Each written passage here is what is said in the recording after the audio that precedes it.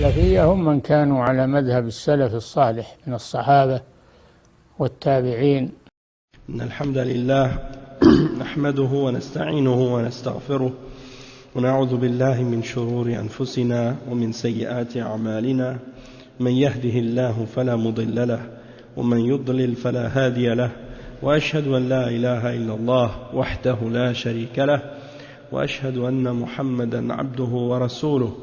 يا أيها الذين آمنوا اتقوا الله حق تقاته ولا تموتن إلا وأنتم مسلمون. يا أيها الناس اتقوا ربكم الذي خلقكم من نفس واحدة وخلق منها زوجها وبث منهما رجالا كثيرا ونساء، واتقوا الله الذي تساءلون به والأرحام إن الله كان عليكم رقيبا. يا أيها الذين آمنوا اتقوا الله وقولوا قولا سديدا يصلح لكم أعمالكم ويغفر لكم ذنوبكم، ومن يطع الله ورسوله فقد فاز فوزا عظيما. أما بعد، إن خير الكلام كلام الله، وخير الهدي هدي محمد صلى الله عليه وسلم، وإن شر الأمور محدثاتها، وكل محدثة بدعة، وكل بدعة ضلالة، وكل ضلالة في النار. أما بعد. On commence aujourd'hui le premier cours dans la lecture du livre أضواء من فتاوى الشيخ الإسلام ابن تيمية. أضواء من فتاوى الشيخ الإسلام ابن تيمية في العقيدة. C'est les lumières sur les fatawas de Cheikh al-Islam ibn Taymiyyah dans l'Aqida. C'est écrit par le Cheikh Salih al-Fawzan, hafidhahullah ta'ala. Et donc, qu'est-ce qu'il a fait dans ce livre qui est composé de 2 volumes? C'est qu'il a résumé qu'est-ce qu'on trouve dans les Majmu' Fatawa de Cheikh al-Islam ibn Taymiyyah à propos de l'Aqida. Donc, il a résumé les différents livres qui sont mentionnés ou réunis ou rassemblés dans Majmu' Fatawa de Ibn Taymiyyah. Et en fait, Majmu' Fatawa, c'est un livre qui a été rassemblé, composé à peu près de 37 ou de 38 volumes. Majmu' Fatawa, c'est le recueil des Fatawa de Ibn Taymiyyah, tous ses écrits, ses livres les plus importants, qui sont réunis dans une série de livres, dans une série de recueils qu'on appelle Majmu' al-Fatawa. Et le cheikh qui a fait ce recueil ou ce rassemblement de livres, c'est le cheikh Abdurrahman ibn Qasim al-Najdi. Abdurrahman ibn Qasim al-Najdi. Ce cheikh, il a réuni différents livres qui étaient auparavant éparpillés et qu'on retrouvait par exemple des manuscrits dans différentes librairies un peu partout dans le monde musulman. Donc lui, qu'est-ce qu'il a fait? Il a décidé de faire le travail de rassembler tous ces écrits, tous ces manuscrits-là, puis de les publier dans un seul recueil, dans un seul recueil de livres, et ça a donné Majmu' al-Fatawa. Bon, c'est pas tous les livres de Cheikh al-Islam ibn Taymiyyah qui sont présents dans Majmu' al-Fatawa. Il y a, en dehors de Majmu' al-Fatawa, d'autres livres qui ne sont pas présents dans Majmu' al-Fatawa, comme par exemple, il y a un livre qui s'appelle Al-Fatawa al-Kubra de Ibn Taymiyyah. C'est 5 volumes qui parlent plus des questions qui ont rapport avec le fiqh. Puis le volume 5 qui parle de Aqida, c'est l'Aqida al-Tis'iniyya, un livre de Ibn Taymiyyah qui parle de Aqida. Ça fait pas partie de Majmu' al-Fatawa. Il y a aussi d'autres livres et d'autres fatawa qui sont pas dans Majmu' al-Fatawa. Par exemple, le livre Al-Jawab al-Sahih liman baddala din al-Masih. On l'a ici, le livre, il est là. Donc c'est la réponse aux chrétiens. Donc ce livre-là, il n'est pas dans Majmu' al-Fatawa. Également, le livre Manhaj al-Sunnah, le livre qui s'appelle Manhaj al-Sunnah, qui est une réfutation des Shia al-Rafida et des Mu'tazila. Donc ce livre-là, il est composé de plusieurs volumes également. On ne le retrouve pas dans Majmu' al-Fatawa, Manhaj al-Sunnah. Il y a un autre livre de Cheikh al-Islam ibn Taymiyyah qui s'appelle Dar al-Ta'arud Bain al-Aql wa al-Naql, qui est écrit également par Cheikh al-Islam Ibn Taymiyyah, qui est composé de plusieurs volumes et qui ne se retrouve pas dans Majmu' al-Fatawa. Et Ibn al-Qayyim il dit c'est un de ses plus grands livres, hein, un de ses plus importants parmi ses livres. Et il y a également parmi les livres Ar-Radd ala al-Jahmiyya, hein, ou bien Kashf Talbis al-Jahmiyya, quelque chose comme ça. Donc ça aussi c'est un livre qui est composé de plusieurs volumes dans lequel Cheikh al-Islam Ibn Taymiyyah réfute les shubuhat des Asha'ira, les gens de Kalam, hein, au sujet des noms et des attributs d'Allah. Et il y a d'autres également encore, d'autres que ça encore, qui ne sont pas dans Majmu' al-Fatawa, qu'on peut trouver, et tous ces livres sont bénéfiques. Et même que certains ulama, ils mentionnent qu'il y a d'autres livres encore qui ne sont pas encore retrouvés, ou bien qui sont encore peut-être en manuscrit, pas encore publiés, de Cheikh al-Islam Ibn Taymiyyah. Donc, ça fait partie de la richesse, hein, d'une grande richesse donc de la science qui sont présentes dans ces livres-là et dont on peut profiter aujourd'hui. Vous savez que ces livres-là, à une certaine époque, les livres de Cheikh al-Islam Ibn Taymiyyah étaient très difficiles à trouver parce que les gens de Bid'a, ils faisaient la guerre, hein, à cette aqida, la aqida de la sunna et du tawhid et de la compréhension des salafs. Et il y en a même parmi les gens de Bid'a, parmi les soufis, toute version ou manuscrit qu'ils trouvaient de Ibn Taymiyyah, ils le brûlaient automatiquement, hein, parce qu'ils ne voulaient pas que les gens puissent avoir accès donc à cette connaissance-là, puis ils faisaient la guerre donc à tout ce qui a rapport avec les livres qui parlent de la aqida des salaf et qui réfutent les bid'ah. Donc Cheikh Al-Fawzan, dans son introduction, ici on va la lire ensemble, il dit Alhamdulillahi wahdah wassalatu wassalamu ala man la nabiyya ba'dah nabiyuna Muhammad wa alihi wa sahbihi wa ba'd fa inna majmu'a fatawa Cheikh al-Islam Ibn Taymiyyah marji'un عظيم من مراجع الإسلام وثروة هائلة من فقه الكتاب والسنة على منهج السلف الصالح في سائر العلوم الشرعية. Donc le cheikh il dit, après le Bismillah ar-Rahman ar-Rahim, louange à Allah lui seul et bénédiction et salut sur celui dont il n'y a pas de prophète après lui, notre prophète Muhammad, et sur sa famille et sur ses compagnons.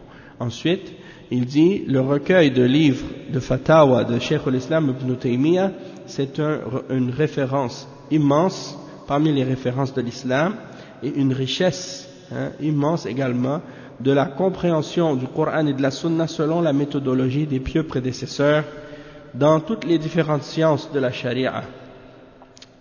أيقظ الله به الأمة من رقدتها وأقامها من كبوتها بعد ما تراكمت عليها ركامات من الشركيات والبدعيات والخرافات والتقليد الأعمى إلا من رحم الله منها وبعدما طغى عليها تيار الفكر الغربي والمنهج الفلسفي والسلوك الصوفي ولكن يأبى الله إلا أن يتم نوره ولو كره الكافرون.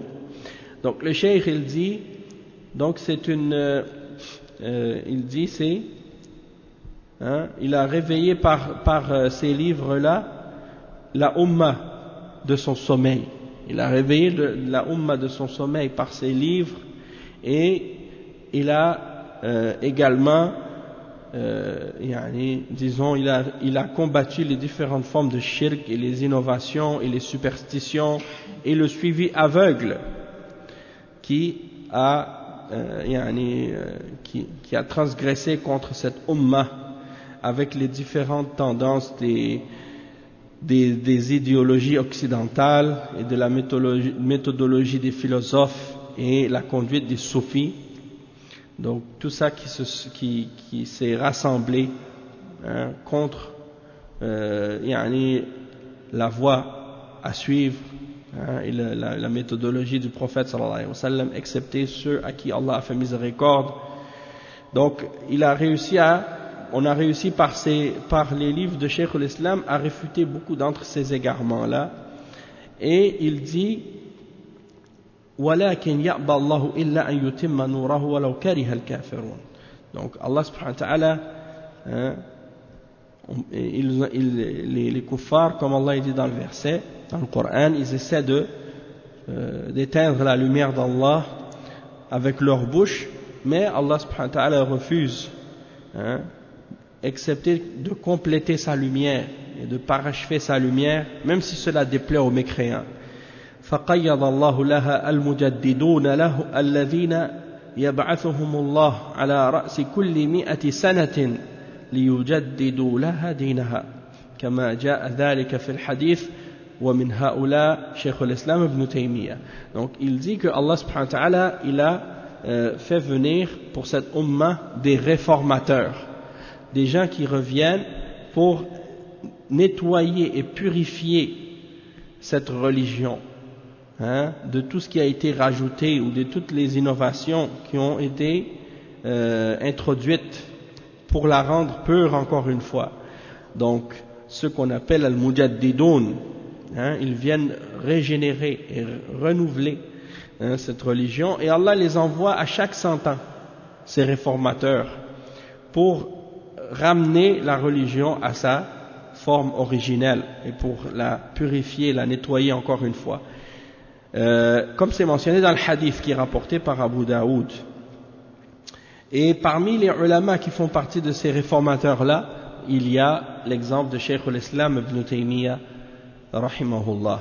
وليس هذا من جزاف القول والإطراء في المديح ولكنه الحقيقة الماثلة في كتبه التي منها هذا المجموع العظيم.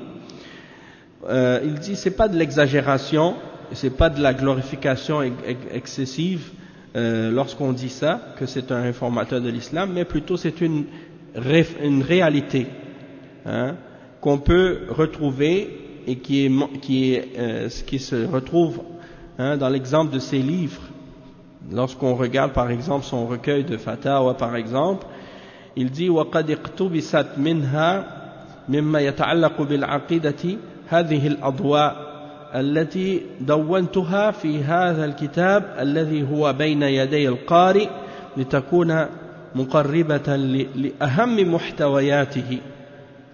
Donc il dit, j'ai extrait de ce majmou', de ce recueil de fatawa, ce qui est relié à la croyance, la aqidah. J'ai extrait ces lumières, ces lumières de ces fatawa sur la aqidah, et je les ai recueillis et écrits dans ce livre devant le lecteur pour que ce soit quelque chose qui facilite à quelqu'un l'accès à ce que ces livres contiennent et ce que ces fatawa contiennent comme connaissance et comme science. Il dit وَلْيَتَشَحَّذْ همة القارئ إلى الرجوع إلى هذا المجموع لينهل من علومه وقد قيل ومن ورد البحر استقل السواقية.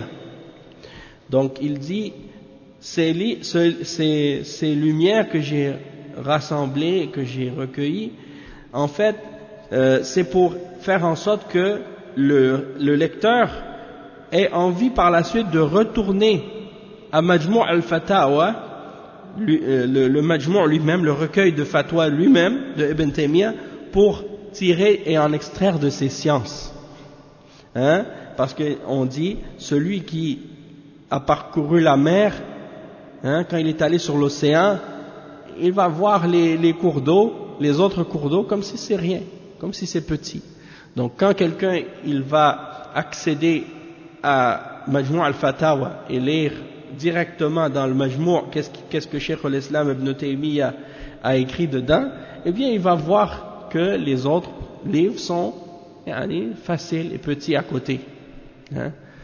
Donc, en voulant dire que ce livre-là, que le cheikh il a recueilli les points les plus importants de Aqidah de Majmou' al-Fatawa, ça c'est juste pour donner une idée à quelqu'un et pour donner à quelqu'un les choses les plus importantes. Mais si quelqu'un veut vraiment s'approfondir et aller lui-même directement dans Majmou' al-Fatawa, c'est là qu'il va trouver le plus important et ça va lui donner vraiment une compréhension beaucoup plus profonde et grande des questions dont il parle ici.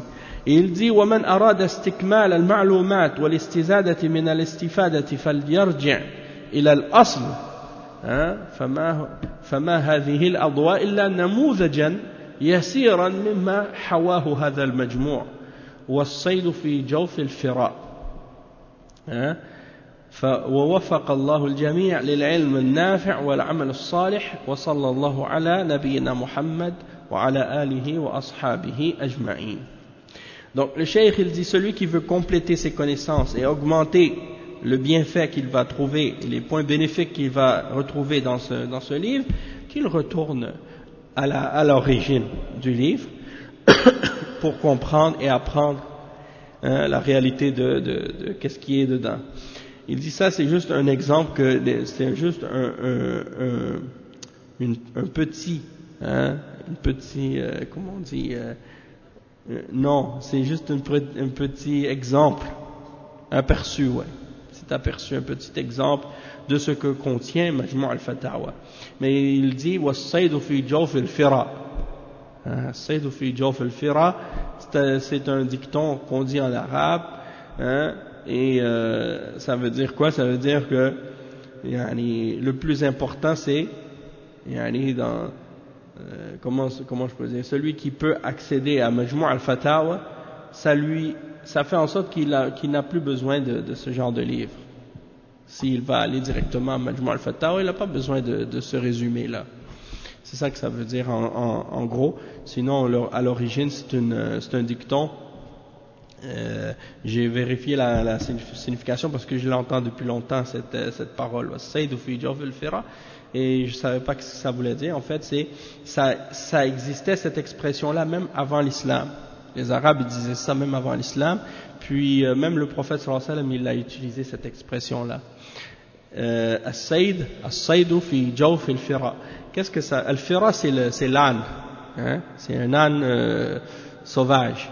Alors, c'était 3 hommes qui étaient partis à la chasse, et il y en a un qui a attrapé, le premier, il a attrapé un lapin ou un lièvre. Le deuxième, il a attrapé un autre petit animal, j'ai oublié le nom. Et le troisième, il a attrapé un âne sauvage. Al-himar al-wahshi, un âne sauvage. Alors,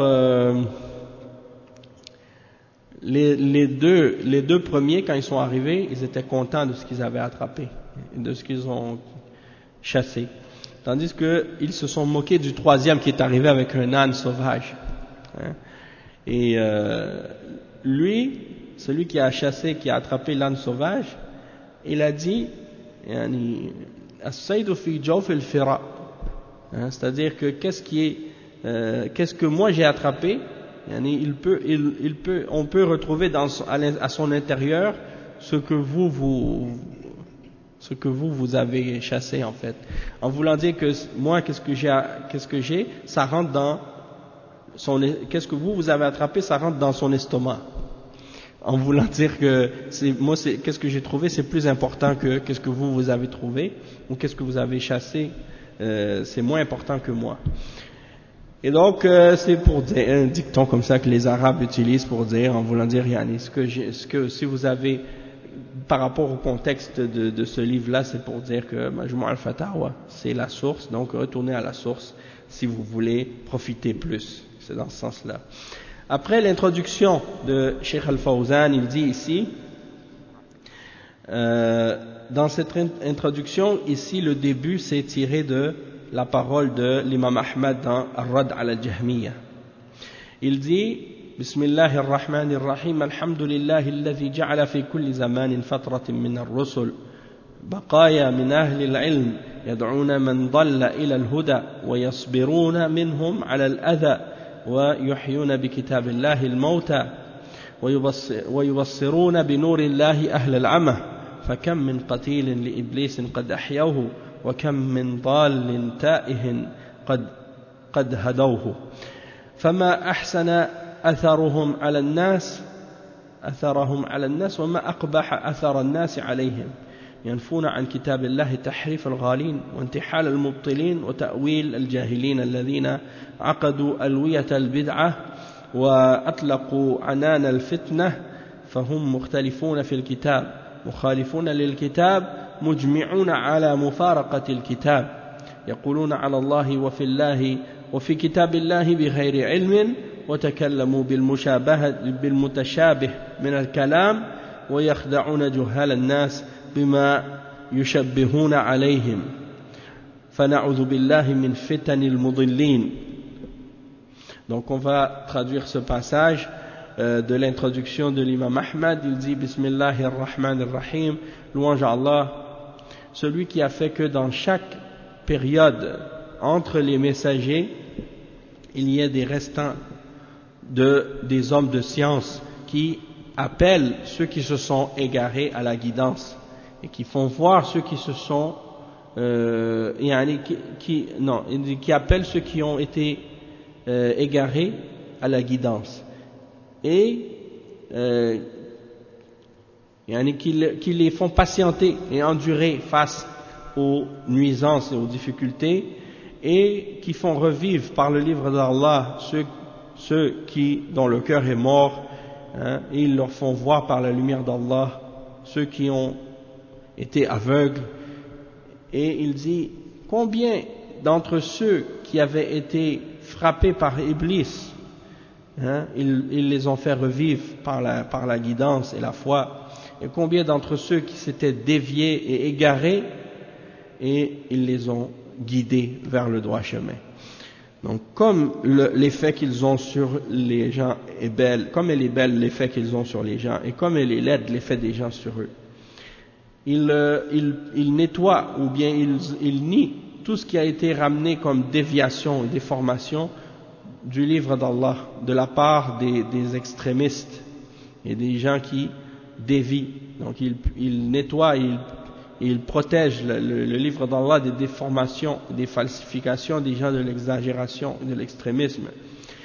Également, ils protègent la révélation d'Allah contre les voies des gens des faussaires,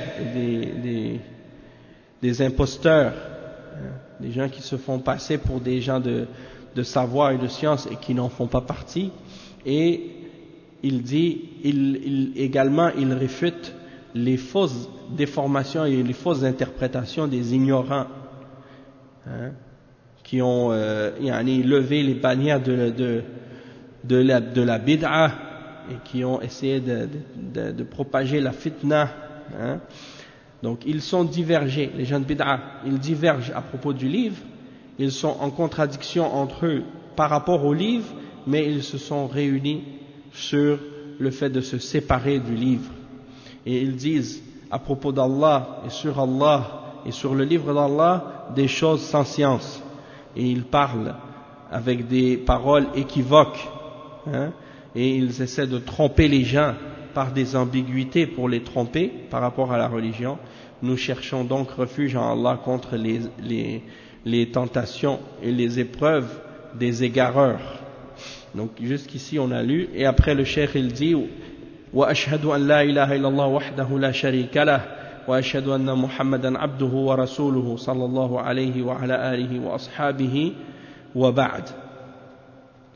Il dit je témoigne que rien ne mérite d'être adoré excepté Allah, lui seul, il n'a aucun partenaire, et je témoigne que Mohammed est son serviteur et son messager, paix et bénédiction sur lui et sur sa famille et sur ses compagnons. Et ensuite, et là il commence le sujet, il rentre dans le sujet, il dit فَمِنَ الْمَعْلُومِ أَنَّهُ كُلَّمَا تَأَخَّرَ الزَّمَانِ وَبَعُدَ النَّاسُ عَنْ آثَارِ الرِّسَالَةِ حَدَثَتِ الْبِدَعِ وَالْخُرَافَاتِ وفشى الجهل واشتدت غربة الدين وظن الناس ما وجدوا عليه آباءهم هو الدين وإن كان بعيدا عنه ولكن الله سبحانه وتعالى لا يخلي الأرض من قائم لله بحجة وقد أخبر الرسول صلى الله عليه وسلم بأن طائفة من المسلمين لا تزال على الحق ولا يضرهم من خذلهم ولا من خالفهم حتى يأتي أمر الله تعالى. Donc le cheikh il commence en disant qu'on sait très bien que plus qu'on s'éloigne de l'époque du prophète sallallahu alayhi wa sallam et plus on s'éloigne, plus que les gens s'éloignent des traces de la révélation et du message divin, qu'on voit apparaître des bid'ah. Plus que les gens s'éloignent de l'époque du prophète sallallahu alayhi wa sallam, plus que les bid'ah commencent à apparaître. Les superstitions et la propagation de l'ignorance et le fait que les gens deviennent de plus en plus étrangers par rapport à la religion. Et les gens pensent que ce qu'ils ont trouvé chez leur père comme pratique religieuse, c'est ça l'islam et c'est ça la religion, même si c'est loin de la religion en réalité. Mais Allah subhanahu wa ta'ala, il ne laisse pas la terre, il ne va pas laisser la terre vide de celui qui va établir pour Allah la preuve et la religion. Comme le prophète sallallahu alayhi wa sallam a mentionné qu'il y allait toujours avoir un groupe parmi les musulmans qui allait rester accrochés sur la vérité et que ceux qui vont les abandonner ou qui vont s'opposer à eux ne vont pas pouvoir leur faire de tort jusqu'à ce que vienne l'ordre d'Allah. Et ça c'est rapporté dans le hadith authentique par Al-Bukhari et Muslim selon Muawiyah ibn Abi Sufyan radiyallahu anhuma. Donc, même si tu vois que parmi les musulmans, il y en a qui vont dévier, il y en a qui vont s'égarer, qui vont suivre les kuffars, qui vont suivre les... il y aura toujours un groupe parmi les musulmans qui va s'accrocher fermement à la sunna. Et c'est ceux que les kuffars critiquent en général et qu'ils désignent comme étant ceux qui sont les intégristes ou les fondamentalistes. Ou ceux qui sont les salafis maintenant, ils les attaquent comme étant, en disant qu'ils sont des salafis. Donc le cheikh dit كما أخبر صلى الله عليه وسلم في الحديث الذي رواه أبو داود وصححه الحاكم وغيره حيث قال إن الله يبعث لهذه الأمة على رأس كل 100 سنة من يجدد لها دينها. Il dit que le prophète sallallahu alayhi wa sallam, il a rapporté dans le hadith authentique, comme c'est rapporté qu'il a dit dans un hadith rapporté par Abu Daoud, et il est authentique, de même que rapporté par Al-Hakim et d'autres, dans lequel le prophète sallallahu alayhi wa sallam a dit, certes Allah va faire venir pour cette umma à la tête de chaque 100 ans, au début de chaque 100 ans, celui qui va régénérer la religion pour elle. Donc il va venir régénérer et réformer la religion pour elle. Donc il y aura à chaque 100 ans des réformateurs de cette religion. Et le cheikh il dit ensuite وقال المناوي في فيض القدير أي يقيد لها على رأس كل 100 سنة من الهجرة وغيرها والمراد بالرأس تقريبا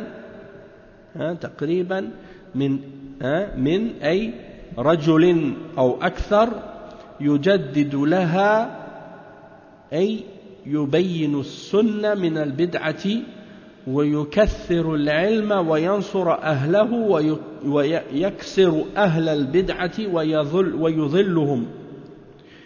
قالوا ولا يكون إلا عالما بالعلوم الدينية الظاهرة والباطنة. Al-Manawi, c'est un parmi les ulama de hadith, il a fait un sharh d'un livre de hadith. Et le sharh s'intitule Faydul Qadir. Dans le volume 2 de ce livre-là, il a expliqué ce hadith que Abu Daoud a rapporté. Il a dit que, c'est-à-dire que Allah subhanahu wa ta'ala va faire venir à peu près à chaque 100 ans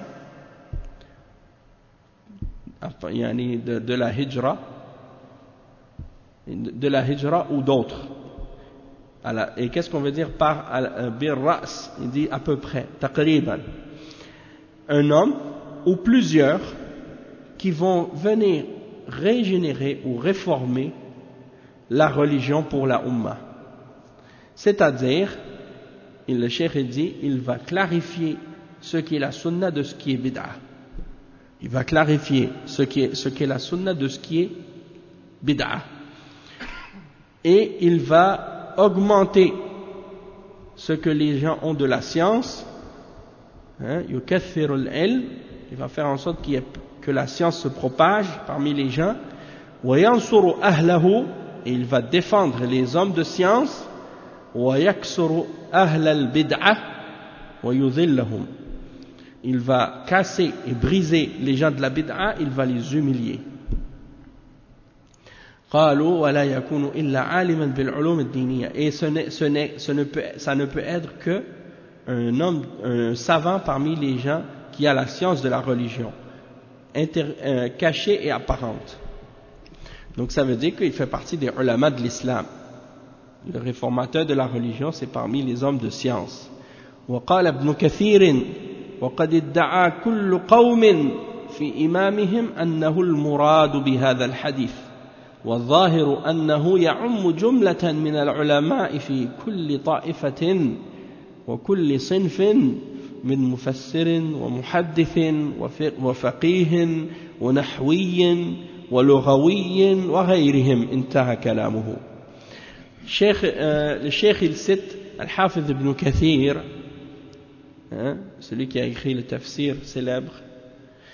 Il dit, Ibn Kathir il dit, plusieurs ont prétendu à propos, il dit, plusieurs prétendent que chaque groupe de personnes prétendent à propos de leur imam que c'est lui dont le hadith parle.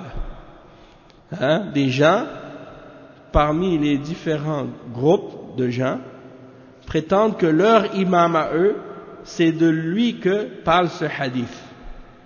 Mais il dit, qu'est-ce qui est apparent, d'après qu'est-ce qu'on voit dans le sens apparent de ce hadith, c'est que le hadith en question, il comprend un ensemble parmi les ulama, un groupe parmi les ulama de chaque groupe et de chaque différente catégorie de la science.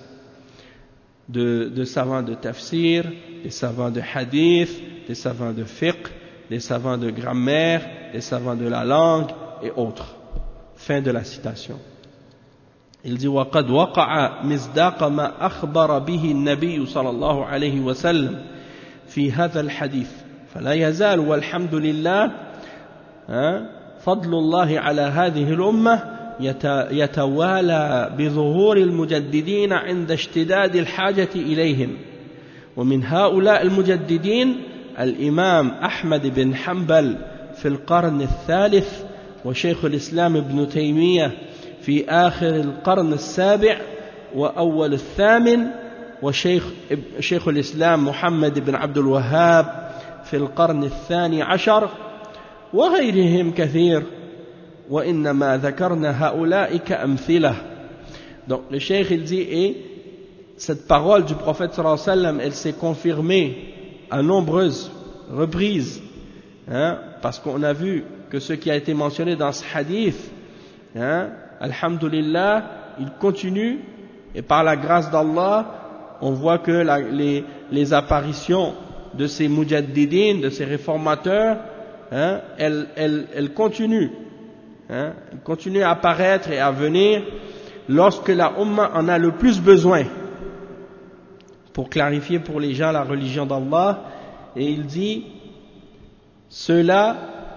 parmi ceux-là, on trouve par exemple l'imam Ahmad ibn Hanbal, qui est venu au 3e siècle, et Cheikh al-Islam ibn Taymiyyah, qui est venu à la fin du 7e siècle et au début du 8e. Et parmi ceux-là également le Cheikh al-Islam Muhammad ibn Abdul Wahhab, qui est venu au 12e siècle. Et d'autres également qui sont nombreux. Ceux qu'on a mentionnés, les trois qu'on vient de mentionner, ne sont que des exemples. Le Cheikh il dit وغرضنا في هذا الكتاب أن نذكر ما استطعنا من مضامين فتاواه المتوفرة لدينا ليعم النفع بها إن شاء الله ولتصل فائدتها وخيرها إلى من لا يعلم شيئا عنها أو لم يستطع الحصول عليها ولنزيل الشبه والتعتيم اللذين روج لهما أعداء السنة ضد هذا الإمام الجليل والمجدد الكبير عند من لم تتوفر له المعلومات الكافية عن هذا الإمام وعن علمه الصافي الغزير، فإن كثيرا من خصومه وحاسديه قديما وحديثا اختلقوا حوله الأكاذيب واتهموه زورا وبهتانا باتهامات كثيرة وكتبوا ضده كتابات شوهت التاريخ وسرت أعداء الإسلام. Donc le cheikh il dit, notre but dans ce livre c'est quoi? C'est de mentionner ce que nous pouvons ou ce que nous avons été capables de mentionner de ce que contient les fatawas de Cheikh al-Islam ibn Taymiyyah qui sont présents et disponibles,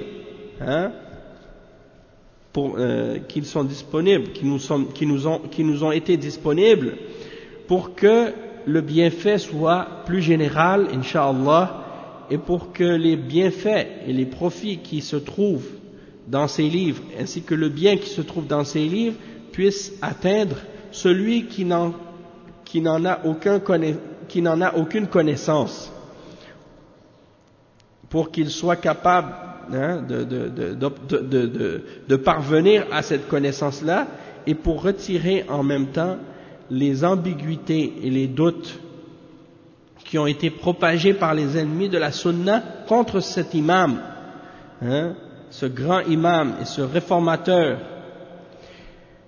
Pour celui qui n'a pas accès aux connaissances suffisantes à propos de cet imam et au sujet de la science qu'il a laissée, parce que beaucoup de gens parmi les Ibn Taymiyyah, il avait beaucoup d'ennemis, il avait beaucoup d'opposants, et beaucoup d'entre eux ont été jaloux de lui, dans le passé et dans le temps présent aussi. Et ils ont inventé beaucoup de mensonges autour de lui. Et ils l'ont accusé de toutes sortes de calomnies et de mensonges. Et ils ont lancé beaucoup d'accusations contre lui, ils ont écrit contre lui des livres qui ont sali l'image de cet imam et qui ont sali l'histoire et en même temps qui ont réjoui les ennemis de la religion.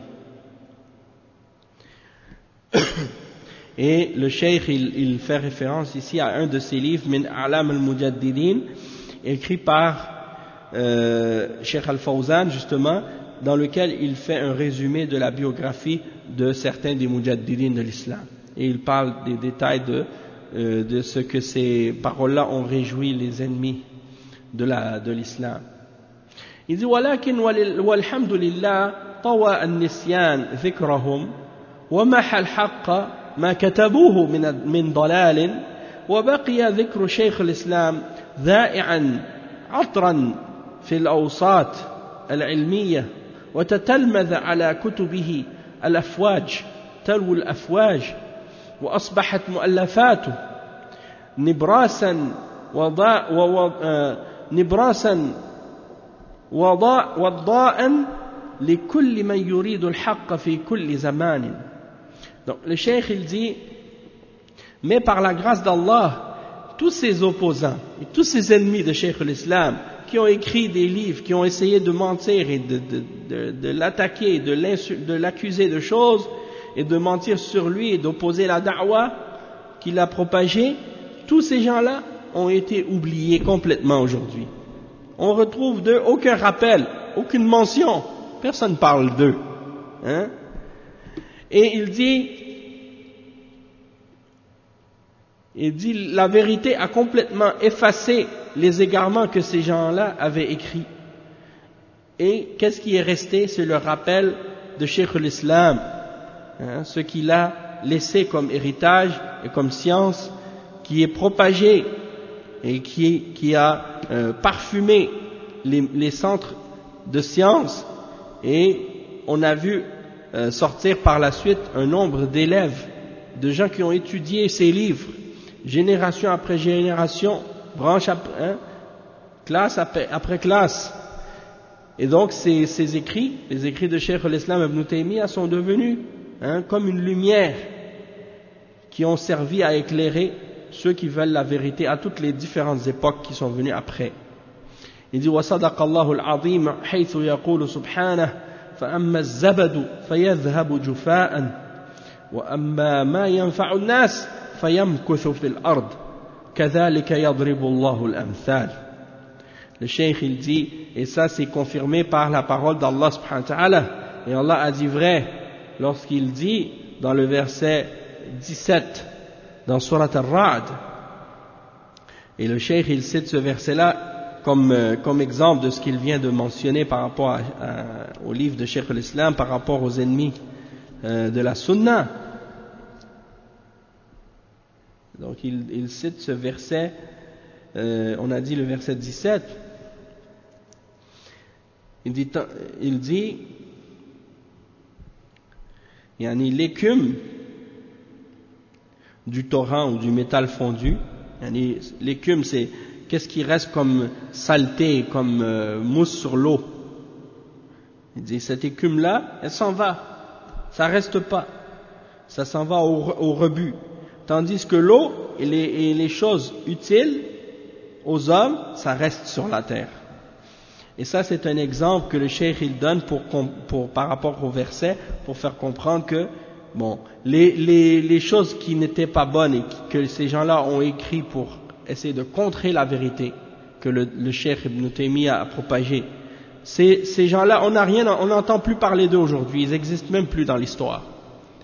Tandis que les livres de Cheikh l'Islam Ibn Taymiyyah et la science qu'il a laissée, ça c'est resté.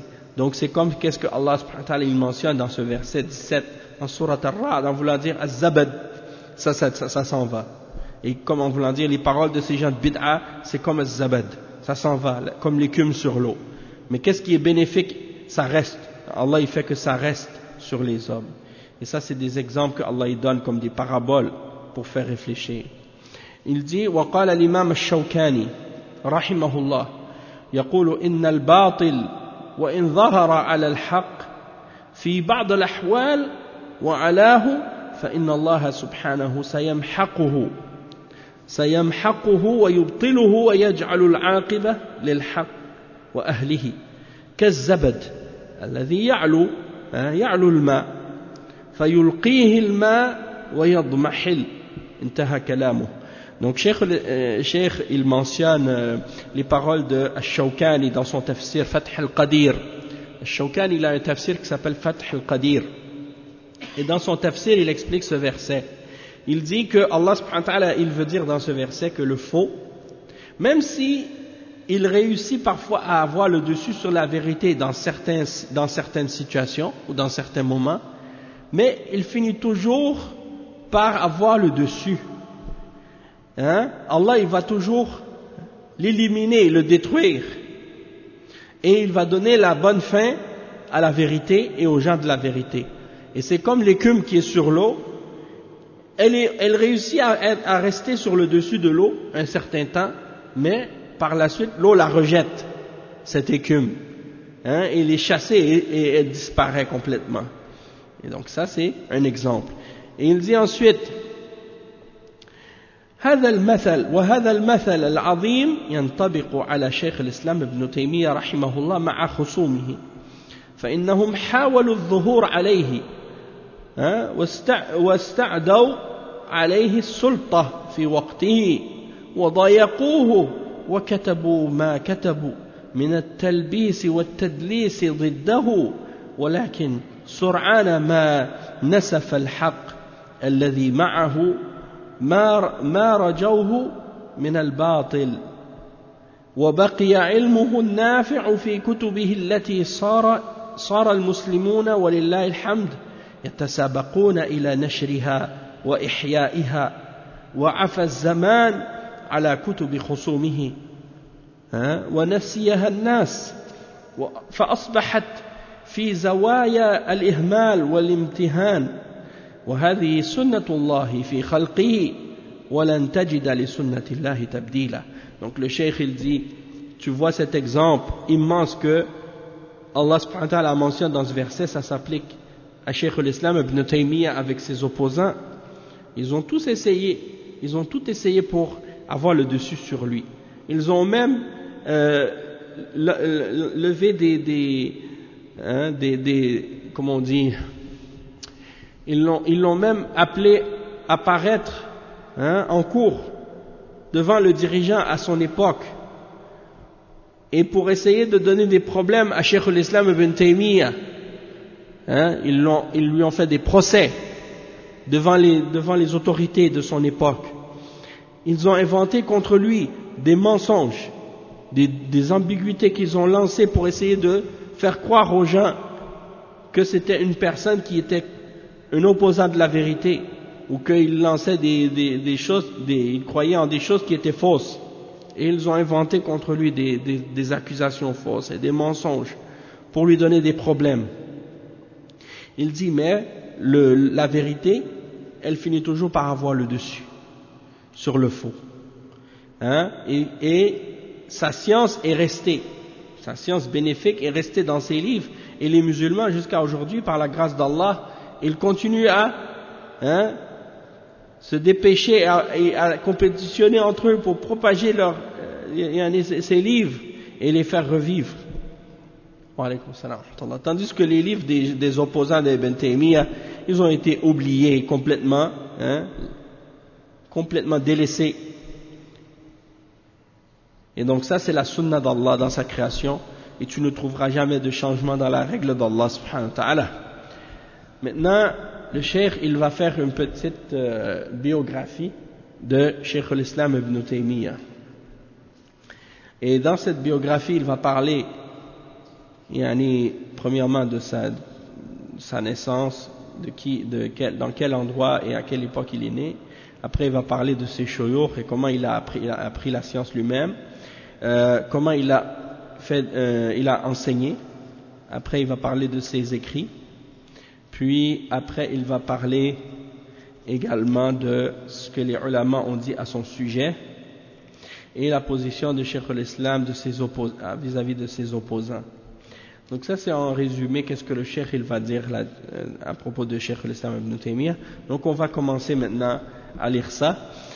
Le Cheikh il dit وهو شيخ الإسلام شيخ الإسلام الحافظ المجتهد تقي الدين أبو العباس أحمد ابن عبد الحليم ابن عبد السلام ابن عبد الله ابن أبي القاسم ابن الخضر ابن محمد ابن تيمية الحراني الحنبلي.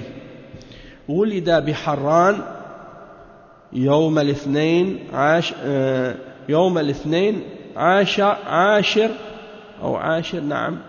من ربيع الأول سنة 61 و600. وقدم به والده بأخويه عند استيلاء التتار على البلاد إلى دمشق سنة 667 هجريا. Donc ici il explique que Cheikh l'Islam, son nom, on dit de lui Al-Hafiz al-Mujtahid. C'est un grand savant, un mujtahid dans la science qui a atteint le degré de l'ijtihad.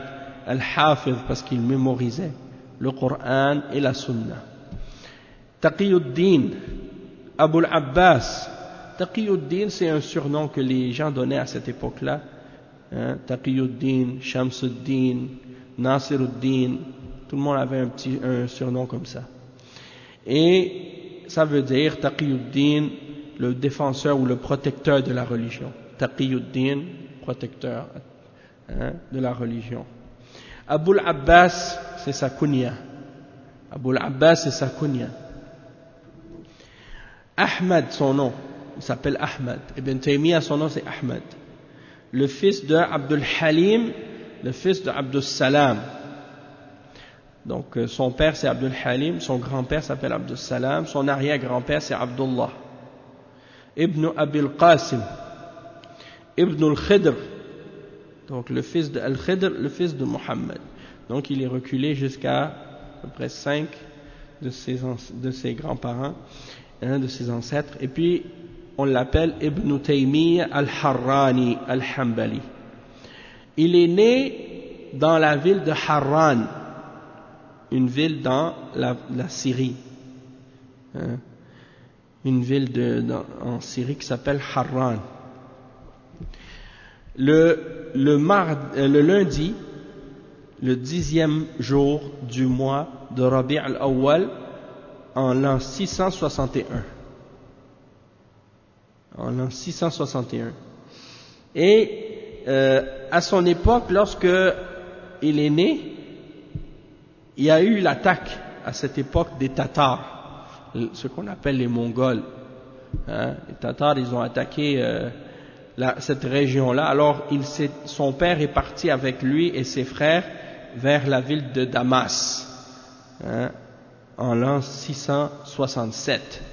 Donc, ils ont quitté Harran pour aller vers Damas. Et c'est là qu'il a grandi. Mashaykhuhu wa tahsiluhu. Et comment il a étudié? C'était qui ces shuyukh? Naam. Donc, Cheikh il dit, Cheikh Al-Fawzan, il explique que Ibn Taymiyyah أخذ الفقه والأصول عن والده وسمع عن خلق كثير منهم الشيخ شمس الدين والشيخ زين الدين ابن المنجا والمجد ابن عساكر وقرأ العربية على ابن عبد القوي ثم أخذ كتاب سيبويه فتأمله وفهمه وعني بالحديث وسمع الكتب الستة والمسند مرات وأقبل على تفسير القرآن الكريم فبرز فيه وأحكم أصول الفقه والفرائض والحساب والجبر والمقابلة وغير ذلك من العلوم ونظر في الكلام والفلسفة وبرز في ذلك ورد على أكابر المتكلمين والفلاسفة وتأهل للفتوى والتدريس وله دون 20 من السنين وتضلع في علم الحديث وحفظه وكان سريع الحفظ وقوي الإدراك آية في الذكاء رأسا في معرفة الكتاب والسنة والاختلاف بحرا في النقليات وكان له باع طويل في معرفة مذاهب الصحابة والتابعين. Donc le cheikh il résume sa quête de la science et du savoir. Il dit il a appris le fiqh et usul al-fiqh de son père, parce que son père faisait partie des ulama, et même son grand-père faisait partie des ulama aussi. Le livre qui s'appelle Nailul Awtar, peut-être que vous connaissez Nailul Awtar, qui est le livre de l'imam al-Shawkani, Cheikh al-Shawkani. Eh bien, ce livre, à la base, c'est le livre du grand-père de Ibn Taymiyyah. Il s'appelle Al-Muntaqa. Al-Muntaqa. Et c'est un livre qui rassemble les hadiths sur les règles de la religion. Et c'est écrit par le grand-père de Ibn Taymiyyah, et ce livre-là, il est expliqué par Ibn Taymiyyah, par Shawkani, et c'est le livre Nail al-Awtar. Nail al-Awtar. C'est un livre très intéressant, très bénéfique. Donc, il a étudié avec son père, qui était un savant, le fiqh et usul al-fiqh. Et il a étudié aussi avec d'autres parmi les grands savants de son époque, le cheikh Shamsuddin et le cheikh Zainuddin ibn Manja et al-Majd ibn Asakir. Il a étudié aussi l'arabe il a lu les livres sur la grammaire et la langue arabe avec un des ulama qui s'appelait Ibn Abdul Qawi. Puis il a pris le livre de Sibawayh. Le livre de Sibawayh dans la langue arabe, et Sibawayh c'est un des grands grammairiens, des grands savants de la grammaire arabe. Il a pris ce livre, il l'a étudié et il l'a compris. Il a même dit, si je me rappelle bien, il a dit j'ai trouvé des erreurs dedans. Il a trouvé des erreurs dans le livre de Sibawayh. C'est pour dire, il y a son niveau. S'il est capable de trouver des erreurs chez les imams de la langue arabe, alors ça veut dire que lui-même il est plus grand que ces imams-là et qu'il a une grande science dans la langue arabe. Ou également il a étudié la science du hadith. Il a entendu des ulama les 6 livres de hadith, les 6 kutub al-sitta. On dit par exemple Al-Bukhari, Muslim, ça c'est les deux sahih, puis les 4 sunan, Abu Daoud, An-Nasa'i, At-Tirmidhi et Ibn Majah. Ces 6 livres, on l'appelle Kutub al-Sitta, les 6 livres. Ok? Al-Bukhari et Muslim, c'est les 2 sahih, puis les 4 sunan, Abu Daoud, Ibn Majah, Abu Daoud, An-Nasa'i, At-Tirmidhi et Ibn Majah. Ça c'est les Kutub al-Sitta. Il les a étudiés. Ainsi que la Musnad de l'imam Ahmad. La Musnad de l'imam Ahmad, il les a étudiés il les a entendus de nombreuses fois. Parce que vous savez que les ulama dans le hadith, ils ne se basent pas uniquement sur la lecture des livres, mais sur as-sama', ils l'entendent d'un savant, le livre. Les hadiths, ils les entendent d'un savant. Ils ne se basent pas sur la version écrite seulement. Ils se basent sur qu'est-ce que les ulama ont mémorisé et qu'est-ce qu'ils ont transmis des kutub al-sitta. Muslim, Abu Daoud, An-Nasa'i,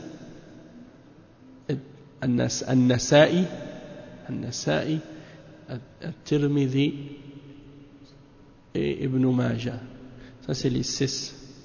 Puis la Musnad de l'imam Ahmad aussi, il l'a écouté, il l'a étudié avec les ulama plusieurs fois. Ensuite il a étudié le tafsir du Coran al-Karim. Il est devenu un des maîtres dans ce domaine aussi. Ensuite les règles, il a maîtrisé les règles de usul al-fiqh, les règles des héritages, le calcul, l'algèbre, toutes ces différentes sciences, il les a maîtrisées. Il a également analysé et étudié la philosophie et ses différentes branches, de même que ilm al-kalam. Il les a étudiées, il les a maîtrisées aussi. Même si, malgré que ces choses-là sont des choses qui sont blâmables à la base, parce que ces choses-là sont inutiles, c'est des choses qui sont, les ulama ils mettent en garde contre ça. Mais lui il les a étudiées pour les réfuter, pas parce qu'il pense qu'il y a du bien à apprendre ces choses-là en elles-mêmes, non, il les a étudiées pour les réfuter. Et même qu'il a par la suite écrit des réfutations de ces des plus grands parmi les philosophes et les théologiens soi-disant, il les a réfutés dans ses livres. Et également il a atteint le degré de la fatwa et de l'enseignement. Il n'avait même pas 20 ans. Et les ulama de son époque lui ont donné la permission de faire des fatwas et d'enseigner. C'est pas comme aujourd'hui. Aujourd'hui, on est à l'époque de la liberté. Tout le monde peut parler, tout le monde peut avoir un compte sur YouTube, mettre ses vidéos, ouvrir une salle dans c'est quoi le logiciel que tout le monde utilisait avant? Paltalk. Tout le monde ouvrait une salle sur Paltalk, donnait des cours. Tout le monde se permettait. À l'époque, non. Personne ne peut parler, sauf si les ulama lui ont dit, oui, toi, tu es apte à parler. Et si quelqu'un d'autre parle, personne ne va l'écouter. Hein? Donc, aujourd'hui, malheureusement, c'est pas comme ça. Tout le monde se donne le droit de parler, puis tout le monde écoute tout le monde. Tout le monde écoute n'importe qui. Allah musta'an. Après, le cheikh, il dit, hein, il a également maîtrisé la science du hadith et il a mémorisé les hadiths aussi. Il avait une mémoire très forte, il mémorisait rapidement, hein, et il comprenait vite les choses. Il avait une intelligence surprenante. Hein, c'était un signe d'Allah dans l'intelligence. Hein, une tête dans la connaissance du Coran et de la Sunna et des divergences entre les ulama, et un océan dans les citations et les paroles des ulama. Hein, quand il avait besoin de donner un exemple d'une parole d'un savant, il mémorisait les paroles des ulama et leurs citations. Il pouvait les mentionner comme ça, à volonté. Pourquoi? Parce qu'il les avait mémorisés. Beaucoup de livres, les ulama ont dit beaucoup de livres qu'il a écrits, il était en prison, il n'avait même pas les livres les livres qu'il citait, il les avait pas avec lui présents dans la prison. Il les citait de mémoire parfois. Hein? Naam. Donc ça c'est pour montrer un peu comment il était fort dans la science et dans la mémoire qu'il avait. Allah lui a donné une mémoire très puissante. وكان له باع طويل في معرفة مذاهب الصحابة. Il avait on dit ça en arabe, on dit كان له الباع الطويل. Il avait une manche longue, très très large, hein, dans la connaissance des positions des sahaba et des tabi'in sur les différentes questions dans la religion. Donc ça nous donne une idée de comment il a étudié, puis de sa science. اشتغاله في التدريس. كان والده من كبار أئمة الحنابلة، فلما مات خلفه في وظائفه، وكان عمره 19 سنة، فاشتهر أمره بعد صيته في العالم، وبعد صيته في العالم، وأخذ في تفسير القرآن أيام الجمع من حفظه. قال عنه الحافظ أبو حفص عمر بن علي البزار، وكان من معاصريه: لقد كان إذا قرأ في مجلسه آيات من القرآن العظيم شرع في تفسيرها، فينقضي المجلس بجملته والدرس برمته وهو في تفسير بعض آيات منها. وقد منحه الله تعالى معرفة اختلاف العلماء ونصوصهم وكثرة أقوالهم واجتهادهم في المسائل، وما روي عن كل واحد منهم من راجح ومرجوح ومقبول ومردود، حتى كان إذا سئل عن شيء من ذلك كأن جميع المنقول عن الرسول صلى الله عليه وسلم وأصحابه والعلماء فيه من الأولين والآخرين متصور مسطور بإزائه. وهذا قد اتفق عليه كل من رآه أو وقف على شيء من علمه ممن لم يغلظ عقله الجهل والهوى. انتهى. Donc après Ibn Taymiyyah, il a commencé l'enseignement, et étant donné que son père faisait partie des grands parmi les imams des savants du madhab al-Hanbali, donc lorsque son père est mort, c'est lui qui a pris la bannière, si on veut. C'est lui qui a pris sa place dans l'enseignement par rapport sa place par rapport à l'enseignement du madhab al-Hanbali, et en même temps parce que à l'époque, si je me souviens bien par rapport à qu'est-ce que j'avais lu à ce sujet-là, c'est que la mosquée à Damas où il enseignait, il y avait une chaise pour chacun des différents madhab. et les ulama de différents madhahib avaient leur place pour enseigner. Et donc lui, il enseignait dans la chaise de son père quand son père est décédé. Donc il avait 19 ans quand il a commencé à être connu. Et sa connaissance et sa voix a commencé à se propager dans le monde musulman. Les gens ont commencé à entendre parler de lui et de sa science. Et il dit que quand il commençait à enseigner le tafsir du Coran, il faisait des cours chaque vendredi de sa mémoire. Il s'assoyait comme ça, puis il commençait à faire le tafsir de ce qu'il a mémorisé de la science. Et il dit que un parmi les ulama qui s'appelle Abu Hafs, Al-Hafidh Abu Hafs Omar Ali Al-Bazzar, un des ulama de son époque, il dit, lorsque on récitait des versets, lorsqu'il était assis avec des gens et qu'on récitait des versets du Coran, lui il commençait à les expliquer. Ibn Taymiyyah commençait à les expliquer.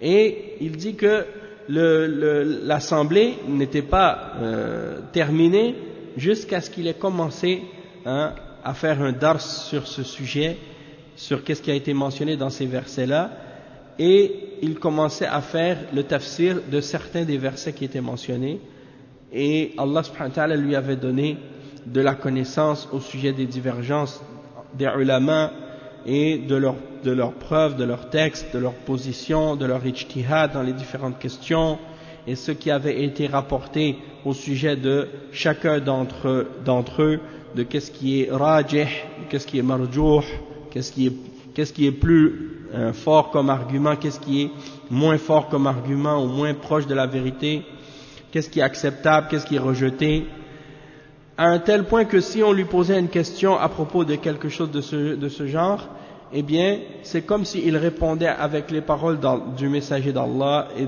des paroles des sahaba et des ulama, parmi les premiers jusqu'au dernier, qu'il connaissait, comme si tout ça s'était imprimé devant ses yeux, comme s'il le voyait apparaître devant ses yeux.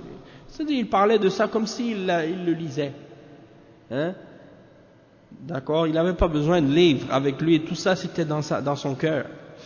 Et donc ça, il dit, tous les gens qui étaient de son époque, qui l'ont vu, ou qui ont lu qu'est-ce qu'il avait écrit de sa science, ont été d'accord sur ça, excepté celui qui avait été aveuglé par son ignorance, ou bien par sa passion. Fin de la citation. Il dit, il dit également, وَأَمَّا ذكر دروسه فقد كنت في حال إقامتي بدمشق لا أفوتها وكان لا يهيئ شيئا من العلم ليلقيه ويورده بل يجلس بعد أن يصلي ركعتين فيحمد الله ويثني عليه ويصلي على رسوله صلى الله عليه وسلم على صفة مستحسنة ومستعذبة لم أسمعها من غيره ثم يشرع فيفتح الله عليه إيراد علوم وغوامض ولطائف ودقائق وفنون ونقول واستدلالات بآيات وأحاديث وأقوال العلماء ونقد بعضها وتبيين صحتها أو تزييف بعضها وبإيضاح حجته واستشهاد بأشعار العرب وربما ذكر ناظمها وهو مع ذلك يجري كما يجري السيل ويفيض كما يفيض البحر ويصير منذ يتكلم إلى أن يفرغ كالغائب عن الحاضرين مغموضا عينيه من غير تعرجف ولا توقف ولا لحن بل فيض إلهي حتى يبهر كل سامع وناظر فلا يزال كذلك إلى أن يصمت وكنت أراه حينئذ وكأنه قد صار بحضرة ويشغله عن غيره بحضرة من يشغله عن غيره ويقع عليه إذ ذاك من المهابة ما يرعد القلوب ويحير الأبصار والعقول وكان لا يذكر رسول الله صلى الله عليه وسلم قط إلا ويصلي ويسلم عليه. Donc on va traduire ce passage. Cheikh il mentionne, il dit que en même temps aussi, qu'est-ce qu'il mentionne par rapport à qu'est-ce qu'il se rappelle de ces durus. Ça c'est encore Al-Bazzar qui parle.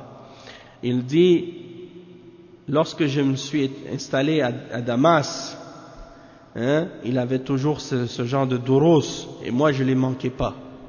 Il dit, moi je les manquais pas. Et il dit, il préparait rien. Il faisait aucune préparation pour ses cours, qu'est-ce qu'il allait enseigner. Il faisait pas des préparations avant de faire son dars ou rien, non. Juste, il s'assoyait, après avoir fait rak'atayn, puis il glorifiait Allah, il faisait son éloge, et il faisait le salat wa salam ala Rasul sallallahu alayhi wa sallam d'une façon qui était bonne, et que les gens aimaient entendre. Il dit, je ne l'entendais pas de personne d'autre que lui, tellement il le faisait bien, son introduction. Puis il commençait à parler de ce que Allah subhanahu wa ta'ala ouvrait dans son cœur, comme science, comme point bénéfique, comme connaissance des notions subtiles de la science, des différentes connaissances de la religion, des différentes preuves, des versets, des hadiths, des paroles des ulama, et parfois il critiquait certaines d'entre elles, il clarifiait si elle était authentique ou si elle était fausse, il clarifiait les preuves, il mentionnait parfois des poèmes comme témoignage ou comme exemple pour supporter un point dans la langue arabe ou des choses de ce genre. Il mentionne une parole des poètes arabes, il mentionnait même parfois qui parmi les poètes avait écrit cette parole. Et il avançait sur la mer comme un bateau qui s'en va sur les flots, et qui se laisse porter là où la mer l'amène. C'est-à-dire que il n'avait pas préparé qu'est-ce qu'il allait dire à l'avance. Il faisait juste déverser la science qu'il possédait sur ces différentes questions-là et clarifier la religion pour les gens. Et parfois même, il dit qu'il parlait, il avait les deux yeux fermés. Il fermait ses deux yeux, puis il faisait juste mentionner, parler, expliquer, faire son dars, comme ça. Subhanallah. Comme si tout ça s'était enregistré dans son esprit. Il s'arrêtait jamais. Il hésitait jamais pour dire une parole. Il faisait jamais d'erreur ou de faute ou d'hésitation dans sa façon de parler. Non. C'est comme si il savait ce qu'il disait, il était certain de ses paroles et tout sortait égal. Comme si c'était une récitation qu'il faisait de la science. Subhanallah. Et des fois on voit des ulama comme ça à notre époque qui sont peut-être, il y a 1/10 comme ça de qu'est-ce que on voit l'exemple de Ibn Taymiyyah comme ça, et on est ébloui de voir ça. Et les gens, c'est ça que le cheikh dit, c'est comme une science divine que Allah lui avait donnée, comme s'il lui avait donné une inspiration divine de la science qui éblouissait toute personne qui l'entendait ou qui le voyait. Et il dit, ça continuait jusqu'à ce qu'il s'arrête de parler, jusqu'à ce qu'il cesse de parler. Il dit, je le voyais à ce moment-là, je le voyais et il n'était pas distrait par rien de ce qui était autour de lui, de quoi que ce soit de ces choses-là, qu'est-ce que les gens étaient éblouis de lui. Là, lui, ça ne l'affectait pas. C'est comme s'il ne se laisse pas impressionner par quoi que ce soit. Même s'il voit que les gens sont tous assemblés comme ça, des masses de gens qui l'écoutent, lui, comme si c'est pas ça qui est important pour lui, il fait juste se concentrer sur qu'est-ce qu'il fait. Et il dit, les gens avaient un grand respect pour lui, et il avait une grande, disons que quand les gens le voyaient, il impressionnait beaucoup les gens, et il inspirait le respect aux gens. Et les gens étaient surpris et étonnés de le voir, et même des fois ils croyaient pas leur leur esprit, quand ils entendaient cet homme-là parler, ils n'en croyaient pas leurs yeux, leurs oreilles, qu'est-ce qu'ils étaient en train comment cet homme-là était capable d'expliquer de cette façon. Il ne mentionnait jamais le messager d'Allah sallallahu alayhi wa sallam, excepté qu'il envoyait la bénédiction et la paix sur le prophète sallallahu alayhi wa sallam à chaque fois. Il dit Wala wallah ما رأيت أحدا أشد تعظيما لرسول الله صلى الله عليه وسلم ولا أحرص على اتباعه ونصر ما جاء به منه. J'ai jamais vu par Allah quiconque qui avait plus de respect pour le messager d'Allah صلى الله عليه وسلم ou qui avait plus de ferveur à vouloir le suivre et à défendre ce qu'il a ramené que lui. حتى إذا كان أورد شيئا من حديثه في مسألة ويرى أنه لم ينسخه شيء وغيره من حديثه فيعمل به ويقضي ويفتي بمقتضاه ولا يلتفت إلى قول غيره من المخلوقين كائنا من كان. وقال رضي الله عنه كل قائل إنما يحتج لقوله لا به إلا رسول الله صلى الله عليه وسلم. Il dit que lorsque il mentionnait quelque chose des hadiths du prophète sallallahu alayhi wa sallam à propos d'une question et qu'il considérait que cette parole-là n'avait jamais été abrogée par une autre, donc il l'appliquait et il le prenait selon ce que cette parole implique et il donnait cette parole comme fatwa. Cette parole du prophète sallallahu alayhi wa sallam, c'était ça sa fatwa. Il jugeait selon cette parole et il ne se tournait vers la parole de quiconque parmi les autres créatures, peu importe qui elle est.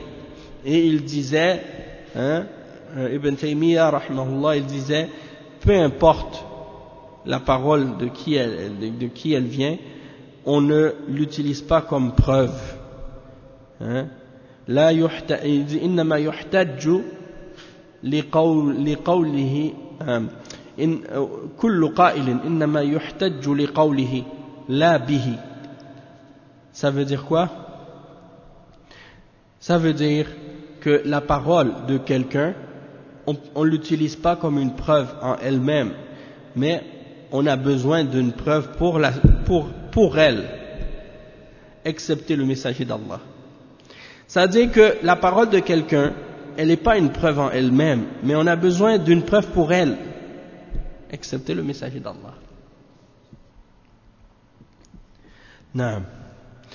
Donc, pour compléter juste ce petit point là dans le livre, ce passage, Cheikh il dit فكان إذا فرغ من درسه يفتح عينيه ويقبل على الناس بوجه طلق بشيش وخلق دمث كأنه لقيهم حينئذ وربما اعتذر إلى بعضهم من التقصير في المقال مع ذلك الحال ولقد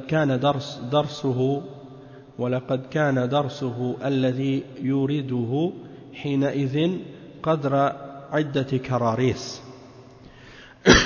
وهذا الذي ذكرته من أحوال درسه أمر مشهور يوافقني عليه كل حاضريه وهم بحمد الله خلق كثير لم يحصر عددهم علماء ورؤساء وفضلاء من القراء والمحدثين والفقهاء والأدباء وغيرهم من عوام المسلمين. انتهى كلام البزار في كتابه الأعلام العلية. Donc, le Cheikh al-Imam al-Bazzar, il dit, lorsque Ibn Taymiyyah avait terminé son dars, il ouvrait ses yeux. C'est quand il a fini son dars, il ouvre ses yeux.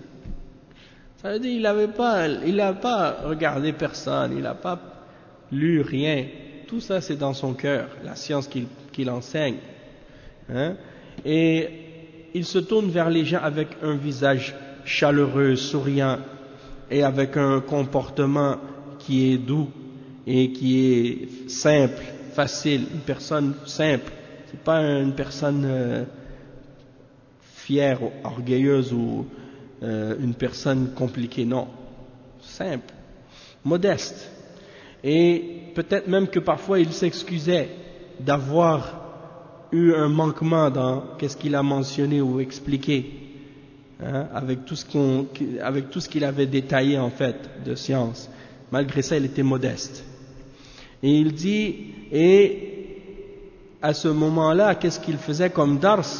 Peut-être que dans un de ses durus, si tu notes tout ce qu'il a écrit, tout ce qu'il a enseigné dans son dars, que tu le mets tu le notes au complet dans un cahier ou dans un livre, tu vas remplir plusieurs volumes avec ce qu'il a enseigné dans ce dars-là. Et donc, il dit, ce que j'ai mentionné des états de son cours, de ses enseignements, c'est une chose qui est célèbre. Et il dit, toute personne qui a été présente dans ces durus, il va être d'accord avec ce que j'ai dit à ce sujet-là. Et ils sont nombreux par la grâce d'Allah. Hein, et on ne peut même pas dénombrer leur nombre, tellement il y avait beaucoup de personnes qui assistaient à ces cours, parmi les savants, parmi les dirigeants, parmi les gens de mérite, parmi les récitateurs et les savants de hadith et les savants de fiqh et les savants de la langue arabe et autres qui venaient assister à ces cours, sans compter le commun des musulmans. Hein? Donc ça c'est la fin de la parole de Al-Bazzar dans son livre Al-A'lam al-Aliyah.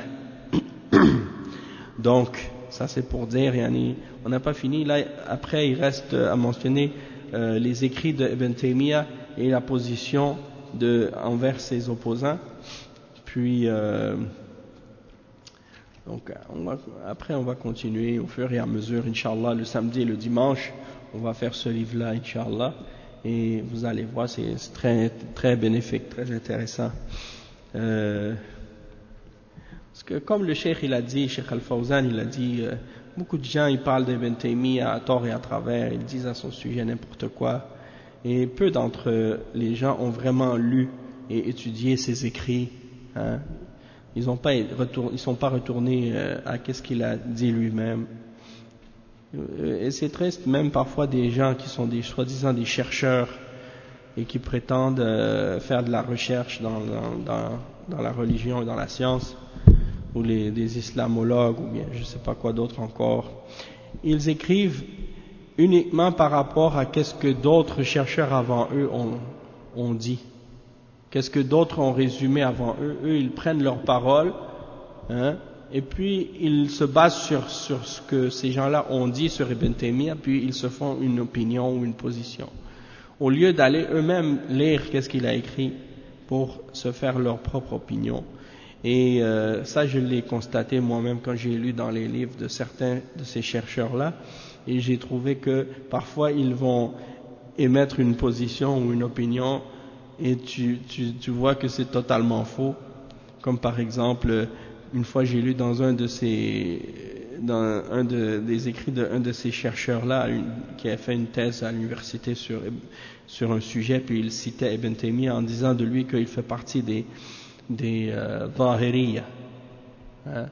Zahiriyya. Ça m'a fait rire parce que Ibn Taymiyyah il réfute les Zahiriyya. Donc de dire qu'il fait partie des Zahiriyya, c'est ridicule. Et Zahiriyya, c'est un madhab parmi les madhahib. C'est le madhab de Daoud al-Zahiri et de Ibn Hazm. Et c'est des gens qui rejettent le qiyas. Et Ibn Taymiyyah, dans son livre Al-Istiqama et dans d'autres livres aussi, il réfute ce madhab par rapport à la question du qiyas justement. Et il mentionne les preuves de la fausseté de leur position sur cette question-là. Donc comment un chercheur par la suite, il écrit sur Ibn Taymiyyah, il dit qu'il fait partie des Zahiriyya. C'est comme si il l'accuse de qu'est-ce qui est le contraire de sa position. Subhanallah. Il y a beaucoup d'autres exemples comme ça. Ou bien il y en a d'autres qui pensent que parce que certains parmi les takfiriyin et les khawarij de notre époque, qui se prétendent ou qui se disent aujourd'hui des djihadistes ou des djihadiyoun, ils citent Ibn Taymiyyah, ils citent Muhammad ibn Abdul Wahhab, ils citent le Coran, ils citent les hadiths, donc ils pensent que ces gens-là, ça veut dire, donc puisqu'ils citent Ibn Taymiyyah, ça veut dire qu'Ibn Taymiyyah est d'accord avec eux. Tu vois, l'esprit ridicule, comment ces gens-là ont une idée tellement simpliste. Pourtant, quand c'est eux, quand c'est des penseurs ou des philosophes ou des gens de leur tendance ou de leur voie, ils comprennent les choses. Quelqu'un peut citer quelqu'un sans être nécessairement sur la même voie que lui ou être d'accord avec lui. Et ça, ils le comprennent, ils le savent. Mais quand c'est Ibn Taymiyyah ou des ulama de l'islam et qu'ils essaient de trouver un moyen pour les discréditer ou bien disons, les faire paraître pour des gens qui ne sont pas corrects ou pas des bonnes références, eh bien ils les accusent de ce genre de choses et ils les critiquent par rapport à ceux qui prétendent se référer à eux, alors que ceux qui se réfèrent à eux parfois ne sont pas nécessairement sur les mêmes fondements et la même méthodologie que lui. Donc ça c'est de l'injustice. On va s'arrêter ici pour aujourd'hui, Inch'Allah. سبحانك اللهم وبحمدك أشهد أن لا إله إلا أنت أستغفرك وأتوب إليك وصلى الله وسلم على نبينا محمد وعلى آله وصحبه أجمعين والسلام عليكم ورحمة الله وبركاته.